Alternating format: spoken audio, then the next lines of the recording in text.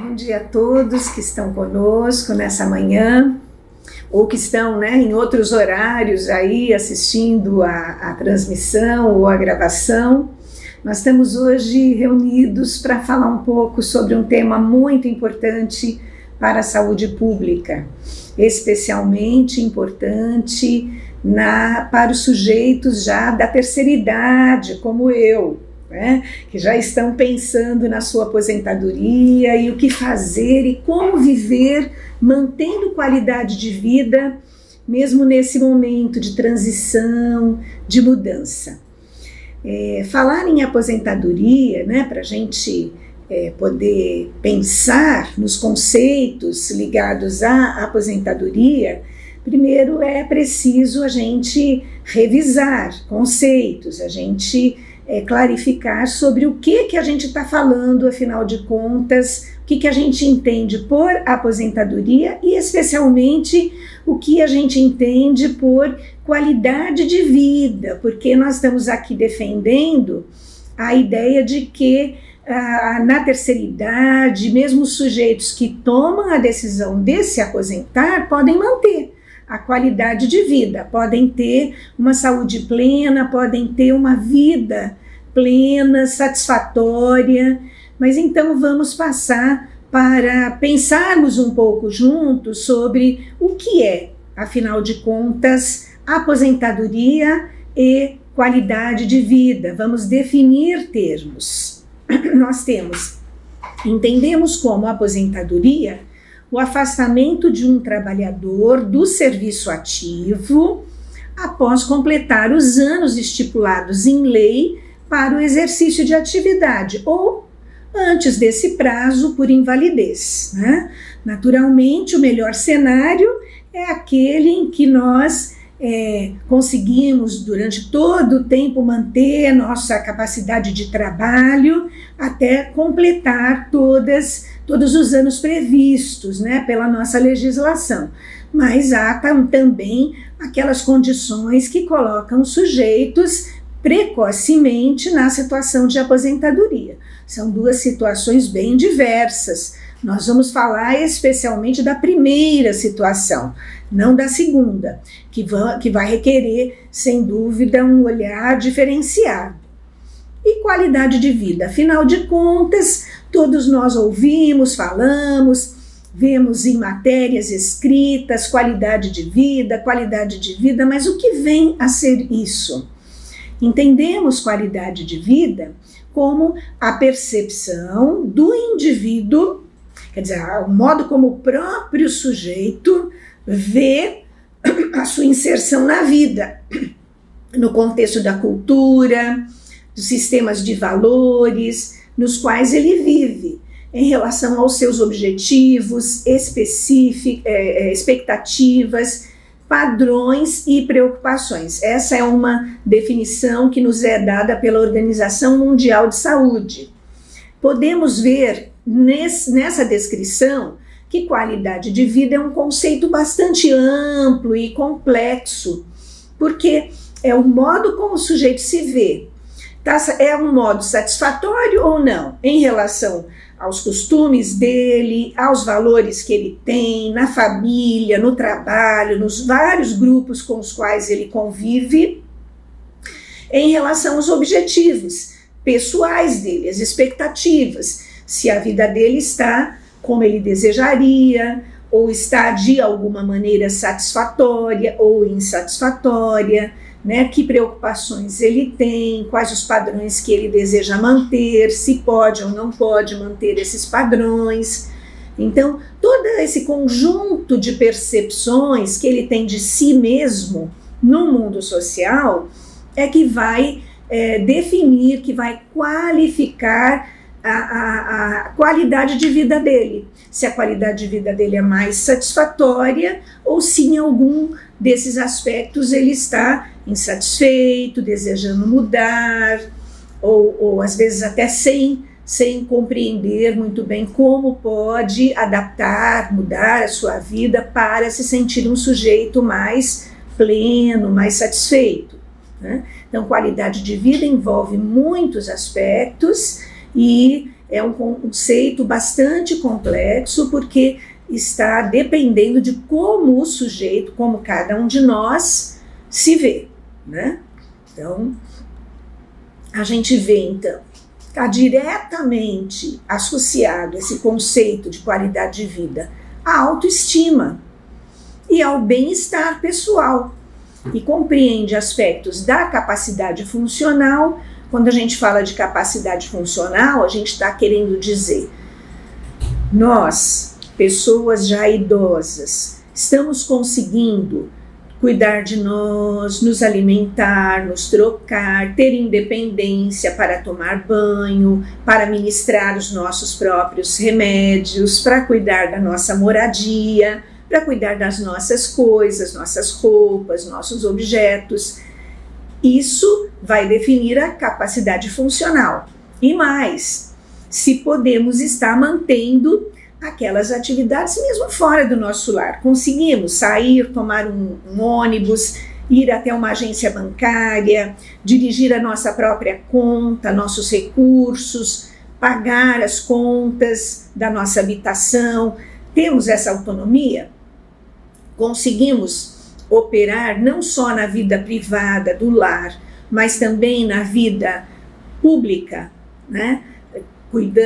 Nos relacionando com instituições, fazendo cursos, nos matriculando em cursos, buscando opções de lazer para nós. Temos essa autonomia? Tudo isso vai, vamos dizer assim, qualificar qual é a nossa capacidade funcional.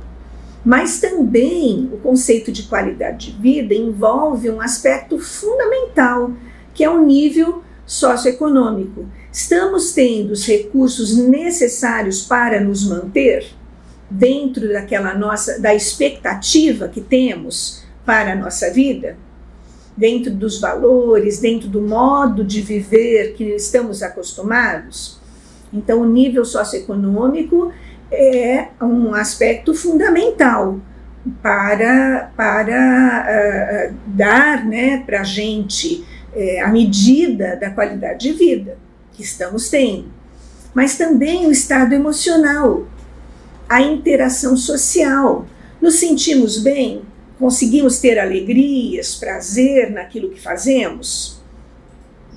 Conseguimos também nos relacionar com pessoas, fazer amizades, responder, escrever cartas ou responder e-mails dentro da forma de interação que a gente está acostumado? Conversamos com vizinhos, temos amizade, participamos de atividades sociais, vamos à igreja, vamos ao clube, estamos engajados em atividades sociais. Então, a interação social é fundamental, mas também a atividade intelectual.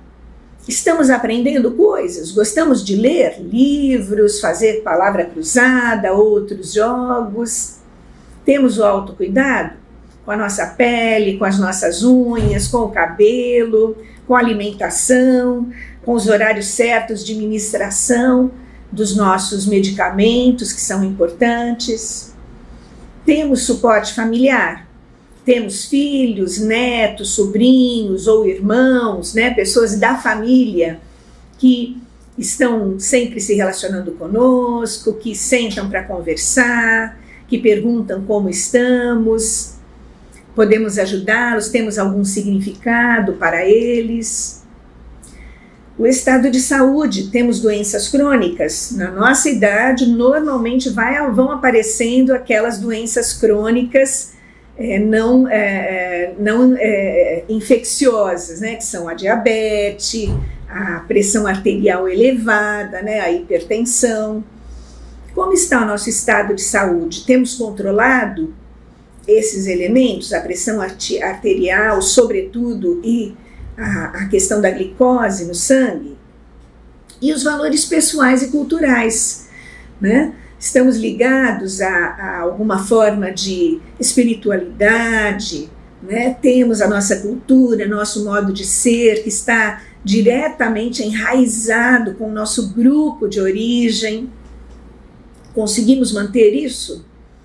Então vejam que qualidade de vida envolve muitos fatores. e que todos esses elementos e fatores que nós estamos mencionando rapidamente aqui são importantes para contribuir para uma boa qualidade de vida.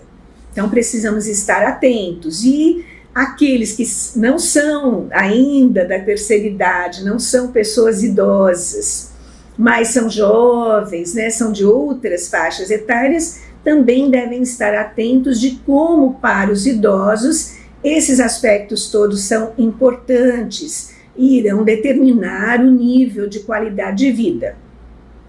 A qualidade de vida tem forte associação com o Índice de Desenvolvimento Humano, que é composto por 3 elementos fundamentais: a renda, a saúde, cuidados com a saúde e a escolarização, né? A gente sabe que sujeitos que estudaram mais anos normalmente têm mais condição de cuidar-se, têm mais renda e têm mais também condição de compreender como cuidar da saúde, como ministrar medicamentos, como preparar, né, alimentos de uma maneira saudável. Então, esses 3 elementos vão definir o Índice de Desenvolvimento Humano. E nós sabemos que aqui no Amazonas nós enfrentamos problemas seríssimos nesse sentido, que nós temos algumas regiões com municípios com índice de desenvolvimento humano bastante baixo mesmo, um dos mais baixos do país. Então, os nossos gestores, aquelas pessoas que nos representam, né, do poder público, devem também ter atenção para ajudar a nossa população a ter uma melhor renda, a ter acesso à saúde de qualidade e a poder continuar mais tempo na escola, estudando, se aperfeiçoando, desenvolvendo habilidades, né? Porque tudo isso vai resultar em qualidade de vida na terceira idade, né, para a pessoa idosa. Mas sabemos, quando falamos de terceira idade, pessoa idosa, né, existem muitas nomenclaturas aí, cada uma delas com origens também diversas, a gente sabe que ser velho na nossa sociedade tem algumas implicações também, tem alguns sentidos, tem algumas representações que a gente precisa desafiar, que a gente precisa refletir criticamente sobre essas ideias que circulam na sociedade sobre o ser velho. Então vamos a algumas delas aqui, né? Primeiro aspecto que a gente precisa estar pensando é que não existe o envelhecimento, existem os envelhecimentos, porque cada pessoa vive essa etapa de forma particular e singular. Além disso, não é só uma questão individual, mas é uma questão ligada à cultura, ligada ao nível socioeconômico. Por exemplo, a gente sabe de países do primeiro mundo, os países ricos, até o corte de idade que determina o ser velho é diferente daquilo que acontece num país empobrecido ou um país em desenvolvimento, né, de outro nível socioeconômico. Então, é preciso atentar para como a pessoa se vê, né, como ela vê de forma singular, particular, o próprio envelhecimento, como ela lida com isso, mas também olhar para a sociedade, como a sociedade lida com isso, como ela nomeia, que sentidos ela atribui. Cada sociedade, a depender do nível de desenvolvimento humano, estabelece a idade de corte, a partir do qual considera uma pessoa como idosa. Por exemplo, aqui no Brasil, até bem pouco tempo, considerávamos 60 anos, a partir dos 60 anos, o ingresso na terceira idade. Em último censo, realizado pelo IBGE, o IBGE trouxe uma outra consideração. passou a considerar 65 anos. Há muita polêmica em relação a isso, devido ao fato de que vivemos num país bem empobrecido, com baixo acesso à saúde e ao ensino, à escolarização, de modo que o indivíduo com 60 anos, ele muito provavelmente já terá desenvolvido um monte de características do envelhecimento. Enquanto em outros países, com outras condições socioeconômicas, a coisa é diferente, né? O indivíduo pode demorar mais tempo para desenvolver aquelas características fisiológicas, né? E de condições de saúde que a gente associa ao envelhecimento. Então, em países desenvolvidos, é idoso o sujeito a partir de 70, 75 anos. Existem diversos exemplos assim no mundo, né? Então, nós vemos que o envelhecimento não é apenas uma questão biológica, mas que existe toda uma questão sociocultural, né, econômica, que afeta essas linhas de corte das faixas etárias.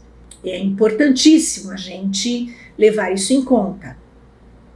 Mas, quando a gente fala de envelhecimento, é preciso a gente entender como um processo natural, um processo que vai acontecer com todos nós, né? E como nos preparar então, né? Como nos preparar para esse novo momento de vida? Passamos por diversas etapas já na nossa vida, fomos bebês, crianças pequenas, crianças um pouco maior, depois entramos na adolescência, fomos jovens, fomos adultos de meia idade, agora estamos na terceira idade, somos pessoas idosas. É importante a gente compreender que tudo começa no pensamento. O planejamento pessoal é fundamental. Entender com naturalidade, estou nessa outra etapa, cada etapa tem uma característica, tem um conjunto de desafios e de dilemas que a gente precisa enfrentar, mas é algo que precisamos enfrentar da melhor maneira possível, com qualidade, com alegria, com bem-estar. Então, compreender o ciclo de vida e o momento do desenvolvimento humano de cada etapa é fundamental. Em cada um deles, a gente teve desafios, dificuldades e também oportunidades, belezas e agruras, né? Quando a gente é criança, na infância, dependemos muito do nosso pai, da nossa mãe, do nosso núcleo familiar, né? E desejamos crescer logo para ter maior independência. Mas depois que temos mais independência, também temos muitas responsabilidades. Temos que arcar com muitos aspectos da nossa vida, que antes não precisávamos, né? E à medida que a gente vai se tornando adulto, a gente vai se tornando cada vez mais autônomo, podendo decidir das próprias escolhas em todas as áreas da nossa vida, cada vez mais, e no envelhecimento estamos nesse estado pleno, já temos muita experiência para contar, já vivemos muitas coisas, já temos uma maior serenidade em termos dos nossos impulsos e podemos exercer sabedoria, moderação e também trazer as experiências como um aporte fundamental para a tomada de decisão e para ajudar novas gerações. Em cada momento, ganhos e perdas. Perdemos um pouquinho da nossa constituição física, né? Já estamos um pouco mais sem músculos, né? Vão diminuindo, né? A massa magra, as questões ósseas, né, vão aparecendo, a osteoporose, precisamos cuidar disso tudo e cuidar especialmente da saúde, ter o exercício regular, ter alimentação de qualidade, mas temos aqui um reservatório de vida, de experiências, um campo de observação vastíssimo de tudo aquilo que a gente viveu e aprendeu com as experiências, né? E vemos que em cada, né, fase da nossa vida não é uma questão de tudo ou nada, né? Em nenhuma delas temos tudo. Em cada uma delas podemos ter algumas coisas, né, mais importantes, que estão em desenvolvimento, como vantagens para a nossa vida, mas temos também, naturalmente, limitações em todas elas, né? É importante olhar para isso, porque senão a gente acaba adquirindo aquela visão fatalista, né? De que, estou velho, nada mais me resta. Outros períodos da minha vida, sim, que foram importantes, que foram, eu era feliz e agora não me resta mais nada porque estou velho. É preciso a gente rever essa postura, é preciso compreender o envelhecimento como um período em que há ganhos também, né? Enfim, o envelhecimento é um processo natural da vida humana e é muito importante a gente olhar desse ponto de vista. Todos nós desejamos prolongar a nossa vida com qualidade, com autonomia, mas com qualidade, sobretudo. Aquela noção de qualidade de vida que a gente colocou lá desde o início, né?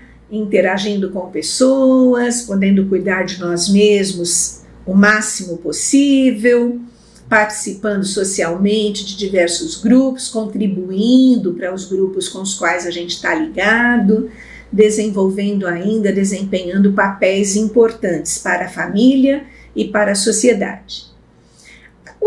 O envelhecimento, sem dúvida, traz elementos de sofrimento e de prazer. Esses dois elementos estão sempre, aliás, presentes em todas as faixas etárias, mas vamos examinar aqui com cuidado no envelhecimento como é que eles aparecem. Bem, o aspecto de sofrimento, podemos sofrer porque é um período que exige de nós adaptação e reorganização da vida. Certas coisas, subir uma escada, subir no telhado, consertar coisas já não vai ser possível para nós. Vamos ter que abrir mão delas, vamos ter que contratar serviços ou pedir que os nossos familiares nos ajudem com isso. Temos que nos adaptar às limitações que vão aparecendo e entender que fazem parte da nossa vida, como em outros momentos tivemos limitações também. E vamos nos reorganizar. A euforia que permeia o imaginário muitas vezes cede lugar ao sentimento de vazio, de depressão, de isolamento e dificuldades de relacionamento com a família. Estou citando aí algumas fontes de sofrimento, né? Nós sabemos que na terceira idade há uma tendência, né, a uma maior vulnerabilidade de aparecimento de depressões, especialmente daqueles sujeitos que não estão lidando bem com a adaptação necessária, com a reorganização de vida imperiosa que tem que acontecer para a pessoa idosa. Então, esses sentimentos de vazio, de depressão, de isolamento, né, e dificuldades em relacionamento podem aparecer. É importante a gente lidar com eles. E se os sintomas de tristeza perdurarem durante muito tempo, né, devemos procurar um médico, um especialista, um profissional que possa nos ajudar a melhorar a nossa saúde, porque afinal de contas os sentimentos, as emoções também fazem parte da saúde integral que nós precisamos cuidar, né? E nós também na família precisamos ter um olhar para o sujeito idoso, um olhar atento, um olhar sensível. Será que o avô, a avó estão muito quietinhos, não gostam mais de fazer as coisas que gostavam de fazer antes, mudaram a sua forma de humor, eram bem dispostos, agora preferem ficar sozinhos. É preciso a gente ter esse olhar atento para poder identificar se algum processo depressivo está em curso, se está começando, para que a gente dê o apoio devido, né, e possa buscar ajuda se necessário. Mas a sociabilidade do idoso, especialmente dentro da família e com a comunidade circundante, a vizinhança, é muito importante, né? A maior parte de nós gostamos de conversar, de contar histórias, de lembrar do passado, de dar exemplos, de nos sentir conectados com o ambiente em que vivemos, através do quê? Do nosso passado, daquilo que trazemos em nós, da nossa memória, das nossas experiências. E tudo isso é um capital social, é um capital intelectual que temos. E a maioria de nós gosta, aprecia bastante poder trocar isso com outras gerações, né? Então é importante que isso haja espaço para acontecer na família e em outros grupos sociais com os quais a gente interage. Há também o prazer do envelhecimento, que é ter um grande grau de liberdade, especialmente quando já estamos aposentados, fazer os nossos horários, sem as exigências, né, do mundo do trabalho, da imposição de limites, de horários, e desenvolver lazer, poder, às vezes pela primeira vez, poder fazer aquilo que gosta, poder desenvolver novas habilidades, aprendizagens que vão nos trazer prazer, aquilo que a gente sempre quis e nunca pôde realizar antes. Então, o prazer advém disso, do maior grau de liberdade, ter o tempo para descanso e lazer, né? Os vínculos das pessoas com o trabalho, fortalecidos pelo status que a atividade tem na sociedade, pelas relações sociais no ambiente de trabalho, pelos ganhos financeiros e pelo modelo produtivo vigente, tornam difícil a decisão de se aposentar, né? Porque socialmente muitos de nós relutam em se aposentar, porque socialmente o trabalho é um grande valor. Você ter na sua identidade, poder dizer, sou trabalhador, trabalho nesta empresa, desenvolvo tais e tais serviços. Isso costuma ser uma coisa muito importante na vida das pessoas, especialmente dos homens. Das mulheres também, mas as mulheres têm o seu eixo, né, central, identitário, um pouquinho mais voltado para a família, né, e não ao trabalho. Mas os vínculos que acontecem no mundo do trabalho costumam ser muito importantes para o homem, e daí muito a hesitação que os homens têm em se aposentar, né, e desejarem continuar ligados ao mundo do trabalho, naquela empresa que já desenvolveram toda uma trajetória de vida. Mas a transição para a aposentadoria implica mudanças que vão além do afastamento do ambiente laborativo, como a substituição de hábitos cotidianos, a alteração da dinâmica familiar e social e a reestruturação da identidade pessoal, né? Em algum momento, a nossa identidade associada ao trabalho começou. E se ela começou, ela pode também ser revista, né? Ser reposta por outras formas identitárias. É preciso a gente se reinventar. Como será o meu cotidiano? Que rotinas vou manter? É preciso manter rotinas. Para quem que vou contribuir, como vou dedicar o meu tempo da melhor maneira possível. São perguntas que temos que responder. É interessante, na instituição em que eu trabalho, eu vejo vários colegas que já se aposentaram, mas que vão lá todos os dias, como se estivessem trabalhando ainda. Porque têm o seu espaço, se sentem ligados, conversam com pessoas, têm rotina de entrada e saída, e isso estrutura a vida. De fato, precisamos organizar a nossa vida, reorganizar, de modo que essas rotinas também existam, mas voltadas a outros tipos de atividades, diferente daquilo que a gente fazia no mundo do trabalho. Então é muito importante a gente se repensar, né? Muito importante. Isso gera muitas vezes uma dificuldade no processo de envelhecer, da gente buscar novas formas de ser nessa etapa da vida, na etapa do envelhecimento.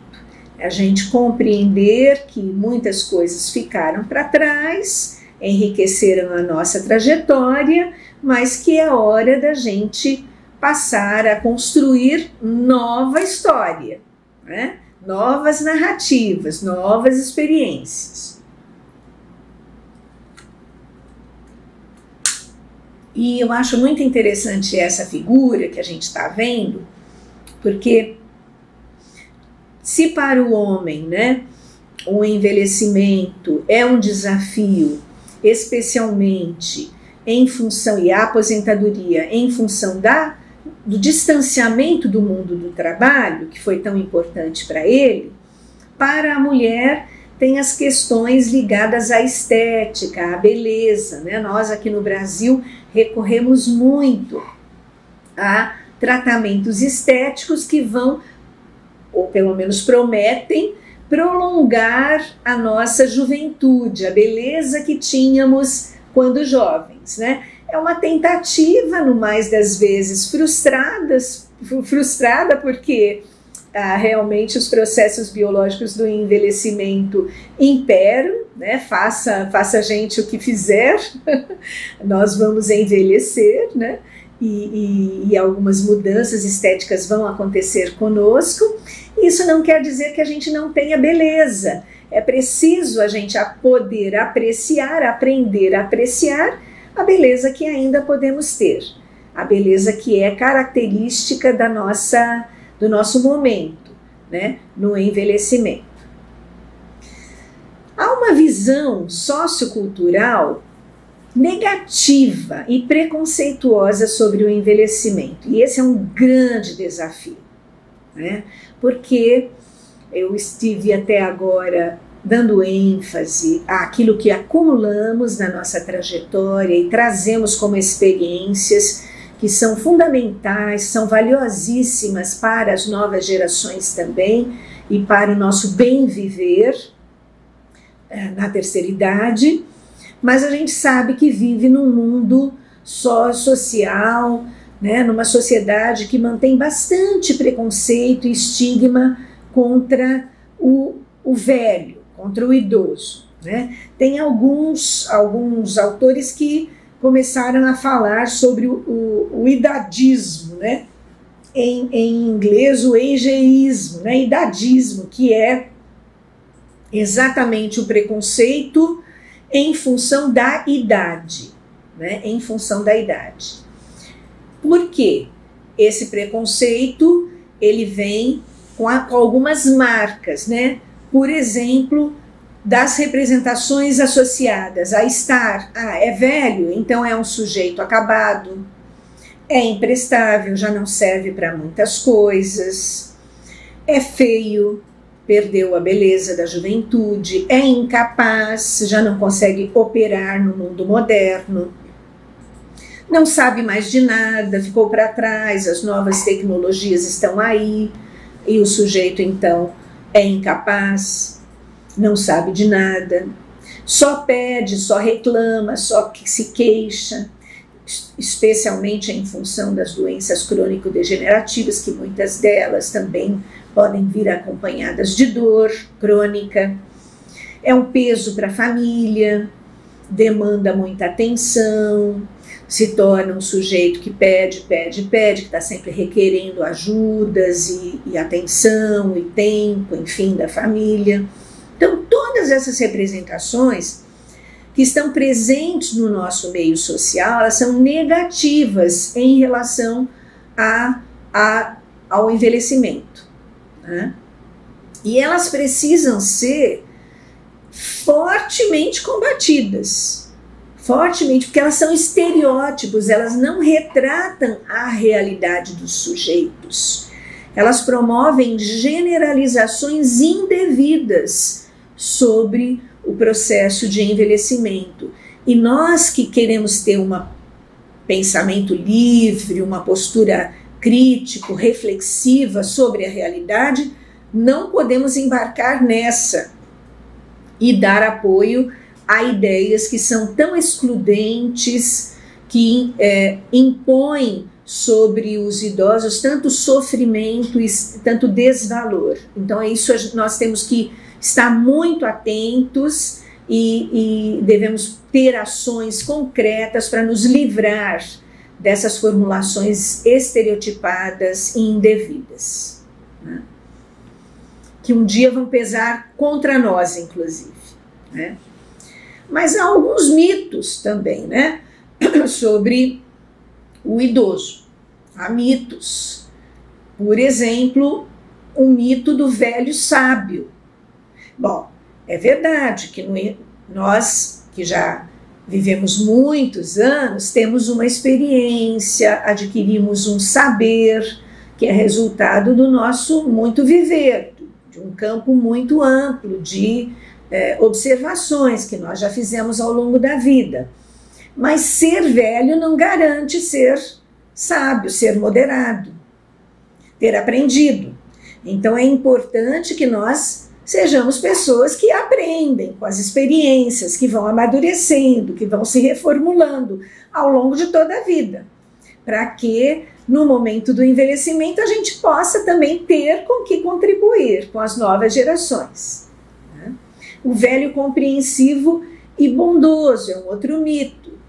Então é um sujeito que tem que aceitar tudo, porque é compreensivo, é bondoso, então tem que aceitar todo tipo de desmando e maus tratos, que muitas vezes acontecem na família, em especial. Sabemos que a violência contra o idoso, assim como outras formas de violência, acontece especialmente entre pessoas conhecidas, entre familiares. Então devemos estar atentos para essa questão da violência contra o idoso, que muitas vezes não tem uma visibilidade tão clara, né? É disfarçada muitas das vezes, mas especialmente essa ideia de que o idoso tem que aceitar tudo, né? Porque já não contribui, já passou da época, então tem que aceitar tudo. Também essa ideia do idoso criança. Ele virou criança, eu o trato como criancinha. Às vezes até uso diminutivos para dizer alguma coisa sobre o avô, sobre a avó. Ele tem que se adequar ao papel social imposto, agora virou criança. Veja bem, idoso não é criança em qualquer situação. Idoso é um adulto operacional, é um adulto funcional. Então é importante a gente rever a nossa linguagem, né? Que muitas vezes vem travestida de carinho, de afeto, usando diminutivos em relação ao idoso. Queremos ser tratados como pessoas adultas, que somos. Não deixamos de ser adultos, somos adultos a vida toda, mas agora somos adultos na terceira idade, né? Então, nada de infantilizar o idoso, né? Essa questão do fofinho, que muitas vezes encobrem um desprezo e submetem o idoso à humilhação, né?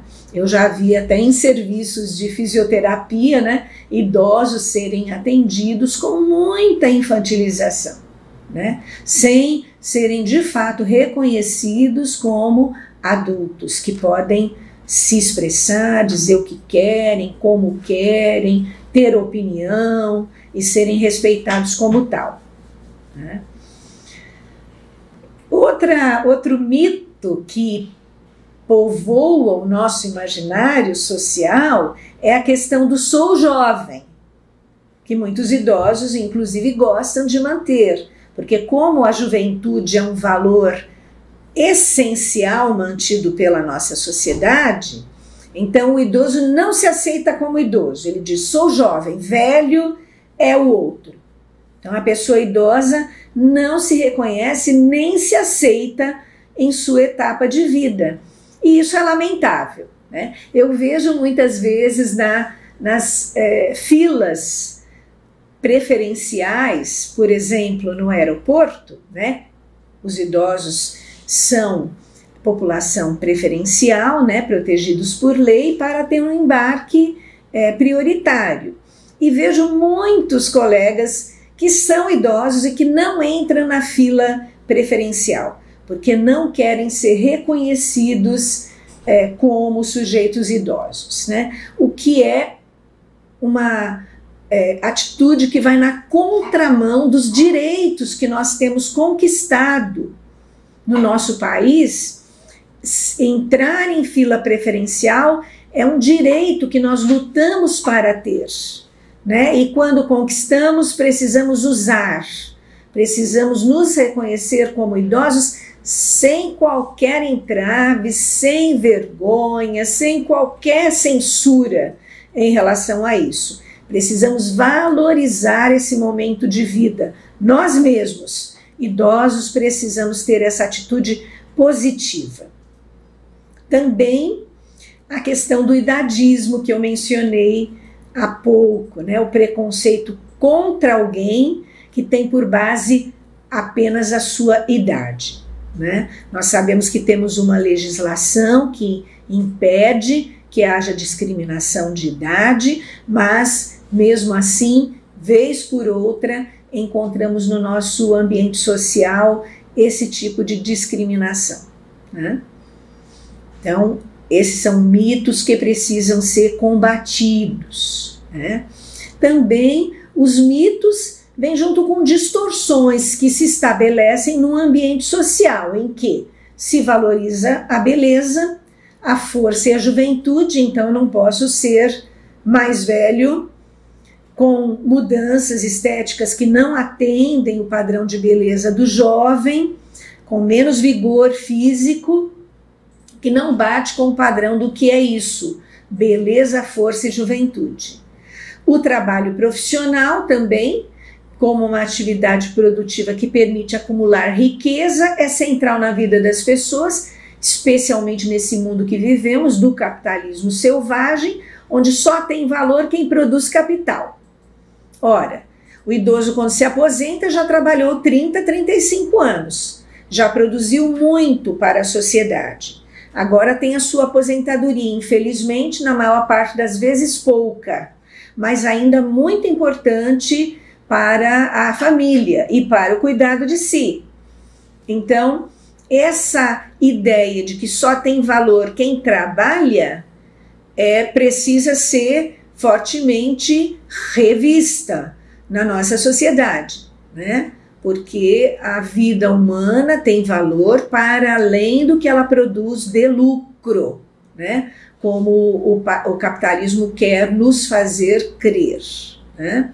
Além disso, outra distorção advinda dos mitos é que a vida sexual ativa e ininterrupta é possível e tem papel central no bem-estar dos indivíduos. Naturalmente, a sexualidade é uma dimensão da vida muito importante, muito apreciada por todos nós.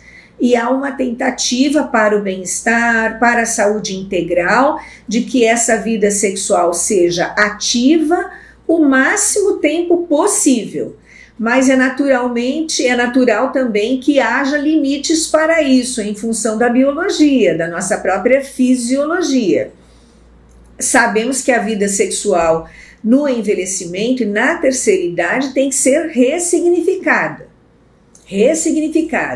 né? Então, ao invés da gente adotar aquele padrão, né, do coito, da penetração, né, como o ápice do exercício sexual, a gente tem que procurar outras formas de exercer a sexualidade que não necessariamente se resumam a isso. Então, essa é uma outra área bastante importante que tem a ver com a saúde e o bem-estar. Mas há o mito também de que o homem mantém a sua vida sexual ativa até 90, 100 anos, o que é totalmente irreal. né? Isso leva muitos homens, especialmente, a fazerem uso de substâncias que vão promover ereção de uma forma artificial, que podem sim colocar também em risco a saúde e a vida. Então precisamos ter cuidado com isso e precisamos repensar em termos de quais são aquelas formas de expressão sexual, de vida sexual, que ainda são possíveis e saudáveis, né? Além disso, muitas vezes esses mitos vêm e essas distorções, elas vêm identificando velhice com doença. Ah, é velho, é doente. É velho, é incapaz. Então, não necessariamente. Mesmo as doenças crônico-degenerativas, a diabetes, a hipertensão, podem ter pleno controle, e é o que nós devemos buscar sempre, controlar a nossa glicose, nossa pressão arterial, fazer os exames preventivos para que a gente possa ter boa disposição, né? Viver de forma saudável, mesmo tendo essas doenças que são doenças de longa duração, vão nos acompanhar durante o resto das nossas vidas e precisamos administrar, né? Ter o manejo da doença. Então se esquece, em função dos mitos e dessas distorções, se esquece dos ciclos de vida e de suas mudanças. E de que uma coisa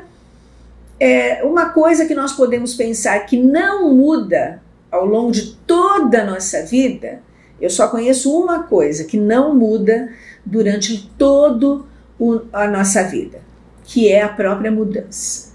A mudança é permanente, a mudança é constante, a mudança vai acontecer, quer queiramos, quer não. Então precisamos abraçar a mudança, nos reinventar, nos adaptar e buscar, ainda assim, formas satisfatórias de vida e bem-estar. Outro lado do preconceito e estigma é que o idoso que não aceita a sua própria condição. Já demos alguns exemplos sobre isso. O idoso que não quer ser identificado como pessoa idosa, não usa, por exemplo, a fila de prioridade, não revela a sua idade e cultiva o mito da eterna juventude, né? Muitas vezes até de maneira inadequada, né? Não assumindo aquelas posturas, aquelas formas de ser, vamos dizer assim, que se identificam mais com o nosso período de vida. Adotam um estilo de vida inadequado à condição de saúde e do que seria esperado em seu desenvolvimento pessoal. O estilo tiozão, né, como a gente costuma dizer, com esse gracejo, né, que reforça os estigmas sociais, né? A pessoa que intencionalmente está querendo passar-se por uma outra coisa, né? Enfim. O que não quer dizer que o idoso não possa ter liberdade para vestir-se como quiser, para ter expressões como quiser. Naturalmente pode e deve, né? Mas o modo de envelhecer depende de alguns elementos. Nem todos que estejam debaixo da gerência da nossa vontade. O modo como envelhecemos depende da genética, que vai determinar em grande parte a longevidade, quantos anos viveremos. Famílias longevas normalmente geram sujeitos longevos, e as doenças crônicas que teremos, o modo como a gente maneja as doenças crônicas também. Se estamos atentos, se estamos fazendo prevenção, se estamos atentos com a nossa saúde. O estilo de vida que se tem, né? Se a gente vive vidas de maior exposição a acidentes e de menor cuidado com as doenças crônicas, os estilos de vida são importantes para definir o modo como a gente envelhece. A biografia, como desenvolvemos a nossa história, as escolhas que fizemos, né, as tomadas aí de decisão em vários momentos, nossa vida relacional, afetiva, o acolhimento ou rejeição que nós temos ou produzimos nas nossas famílias, né? Então, é muito importante que a nossa biografia a gente esteja cultivando relações, que a gente esteja fortalecendo vínculos dentro da família e fora dela, né? Então, nossa biografia é importante. Os estilos cognitivos também, né? Se nós desenvolvemos aquela capacidade de sermos sujeitos alegres ou otimistas, ou se nós somos, de modo geral, mais centrados nos problemas, nas impossibilidades e somos pessimistas. E aí nós estamos falando das pautas mentais, né, que predominam na nossa vida psíquica.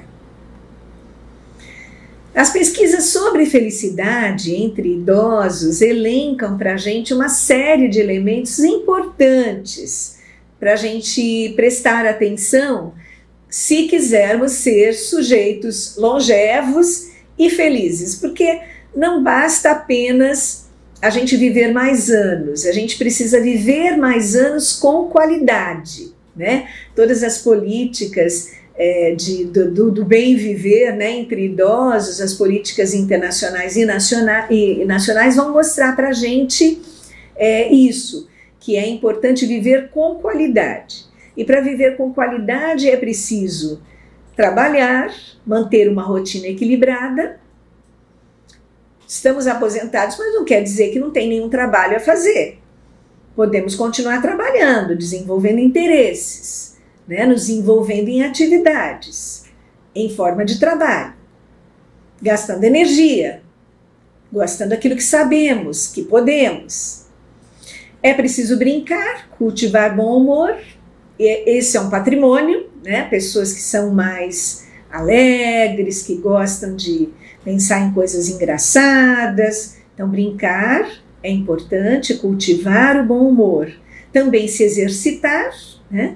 A maioria de nós tem uma tendência a ser sedentários e essa é uma questão fundamental da gente poder se exercitar.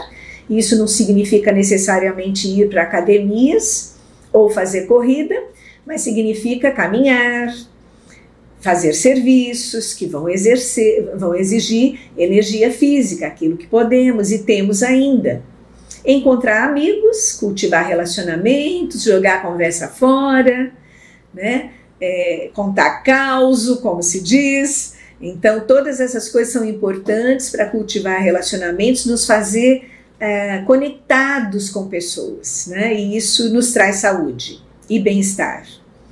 Fazer trabalho voluntário, dentro ou fora da família, né? Ajudar os netinhos a chegar na escola, trazer da escola, sair para passear com os netinhos, mas também na associação, nos clubes, em algum grupo de voluntariado, em instituições filantrópicas, que a gente pode encontrar também muitas formas de exercer aquilo que sabemos e podemos, né? E aceitar as condições de envelhecimento, administrando com graça e serenidade. Aquilo que não podemos mudar, precisamos aceitar, fazer amizade com o nosso próprio envelhecimento, né? Aceitar com graça, com serenidade, com tranquilidade. Que passou, passou, o que temos agora? Como será meu dia, né? Vou organizar e vivê-lo em plenitude. Fazer exercícios de relaxamento e meditação, isso sempre ajuda e é importante, especialmente para o controle da ansiedade, de alguma inquietude que venha. Os idosos costumam se preocupar muito com a família, com os filhos, com os netos. Está na hora de se preocupar menos com os outros e se preocupar mais com você. Cuidar-se, olhar-se, dar algum tempo para si é importante. Então, os exercícios de relaxamento e meditação estão super bem-vindos. Cultivar a espiritualidade, a vida com sentido.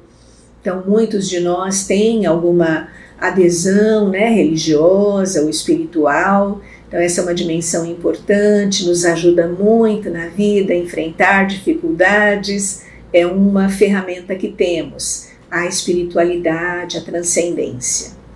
E cultivar o envelhecimento saudável, né? Boa alimentação, exercícios e relacionamentos. Então, estão aí alguns elementos, ingredientes da felicidade entre idosos. Para as políticas, né, do envelhecimento saudável, da Organização Mundial de Saúde e reeditada em outras políticas nacionais, propõe o envelhecimento saudável, que tem 3 pilares. Primeiro, a gente entender que o envelhecimento é um processo contínuo de otimização de habilidade funcional e de oportunidades para manter e melhorar a saúde física e mental, promovendo independência e qualidade de vida ao longo da vida. Quais são os pilares? Saúde, acesso a serviços, protagonismo, cuidar de si, priorize-se, cuide da sua saúde. Sem a saúde não resta muita coisa a mais. Não é possível exercer trabalho, ter relacionamentos saudáveis, movimentar-se, exercitar-se, se você não cuidar da sua saúde. Tem que cuidar da saúde. Todos esses elementos são importantes. Também a participação social, a cidadania, votar, né? Nós estamos próximos aí das eleições municipais. Votar, fazer as suas escolhas, ponderar o que você acha melhor para si, para o ambiente onde você está, desenvolver opinião, participar dos grupos aos quais você está ligado, né? E a segurança, que é uma política que que prioriza o acesso do idoso a todos os lugares. Então, onde tem escadas, precisa ter rampas para que o idoso tenha maior facilidade de acesso. Nas casas de show, nos estádios de futebol, outros espaços comunitários, a acessibilidade é fundamental, junto com a segurança, né? Que o motorista de ônibus pare para o idoso, espere o idoso entrar e se acomodar, que a população dê lugar prioritário ao idoso, o jovem se levante, o adulto se levante, para deixar o idoso acomodado e seguro. Então, há essas políticas que dizem respeito à segurança do idoso na sua circulação no ambiente social, em qualquer lugar. Então, isso tudo, essas políticas públicas para pessoas idosas têm esses pilares, né? Não queremos apenas viver mais. Nós queremos viver mais anos com vida, mas ter uma vida plena. Não queremos mais anos apenas, nós queremos mais vida nos anos que a gente vive. Isso é importante. Toda a sociedade deve estar envolvida. Quando a gente fala de envelhecimento, é assunto de adolescente, é assunto de jovem, é assunto de adulto, porque todos estão implicados na implementação das políticas de valorização e de proteção ao sujeito idoso, e todos vão se beneficiar disso em algum momento, né? As políticas devem ser intersetoriais, então a gente entende que as políticas voltadas para a qualidade de vida, o bem-estar, a saúde do idoso, envolve educação, cultura, planejamento, transporte, vários setores estão implicados na implementação dessas políticas. E os adolescentes e jovens devem ser instruídos sobre como contribuir para a qualidade de vida da pessoa idosa, né? Que um dia todos estaremos lá, nessa condição, para desfrutar das políticas que, se bem implementadas, vão trazer benefícios para todos, né? A aposentadoria envolve, uma vez que a gente resolve se aposentar, e aí, resolvi, é preciso ter projetos de vida, a vida não acabou. Acabou só a sua atividade laboral, sua atividade de trabalho naquela organização. Então é preciso partir para a aposentadoria tendo planos, ter projetos de vida, tendo planos. A vivência da aposentadoria é resultado de escolhas que a gente vai fazendo ao longo do tempo, naturalmente, como planejamos a nossa previdência, se fizemos poupança, se cultivamos relações, né? E é importante manter o máximo possível a autonomia dos idosos dentro do que eles podem fazer, nas tomadas de decisões da família, na participação da vida social da família, o idoso ter algo a dizer, poder se manifestar, ser demandado na sua opinião, no seu aconselhamento, isso é super importante. Viver a sua vida é importante. Não carregar sobre si a carga da família toda. Não dá mais. Não é hora. Isso já fez, o idoso já fez. Criou seus filhos, sustentou, orientou, encaminhou, dá apoio aos seus netos, mas é hora de olhar para si. Abrir um novo capítulo em que sua história pessoal, de modo que você continue aprendendo. A gente fica mais lúcido, a gente fica em melhor estado mental quando a gente continua aprendendo, fazendo cursos, ouvindo palestras, fazendo anotações, fazendo jogos mentais, coisas que vão nos manter ativos mentalmente, psiquicamente. E cultivar hobbies e socializar, esportes, festas, programas culturais, né? A maior parte das instituições que têm ações comunitárias voltadas para o sujeito idoso, apresenta ali um pool, né? Um conjunto de atividades dessa ordem. É importante a gente participar, né? Não fique em casa sozinho, saia, né? Vá desenvolver atividades. E não se aposente dos seus sonhos, se aposente apenas daquele emprego que você teve. Mas os sonhos continuam. É preciso desenhar um novo caminho de realização. E é possível. É preciso e é possível, né? Então, que a gente continue como adultos, idosos, a manter a nossa vida ativa, né? E os sonhos não param, né? Então, vamos buscar novas realizações, para além daquele trabalho formal, para além daquele cargo naquela empresa que você vinha desenvolvendo. Então, aqui nós vamos encerrando a nossa apresentação, colocando nosso contato à disposição, esperando que, se vocês de alguma maneira quiserem interagir conosco, podem nos mandar e-mail, podem nos mandar WhatsApp, que a gente vai ter o maior prazer em continuar a conversa, né? Porque nossas vidas não param. Então, um abraço a todos, obrigada pela oportunidade de estar com vocês, né, nesse dia, e desejo que esses aspectos todos trazidos aqui para compartilhar com vocês sejam úteis, que gerem reflexões e sejam proveitosos para todos. Um abraço, ficamos por aqui.